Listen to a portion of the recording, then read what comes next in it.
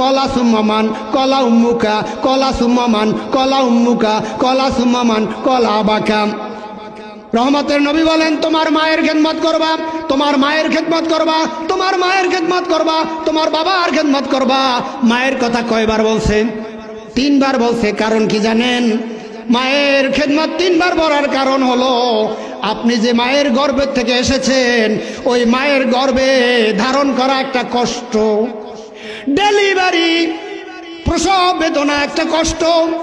আর একটা কষ্ট হলো সালাসুনা শাহরা, 2.5 বছর 30 মাস দুধ পান করিয়া বড় করা একটা কষ্ট।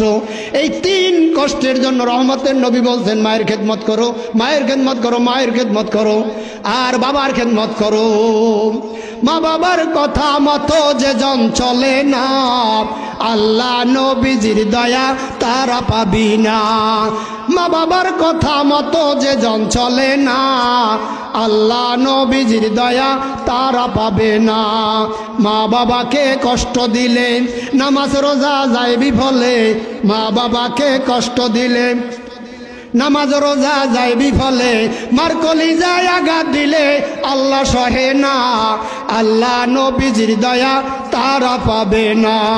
খবরদার, মুরব্বী দেখলে সালাম দিবা,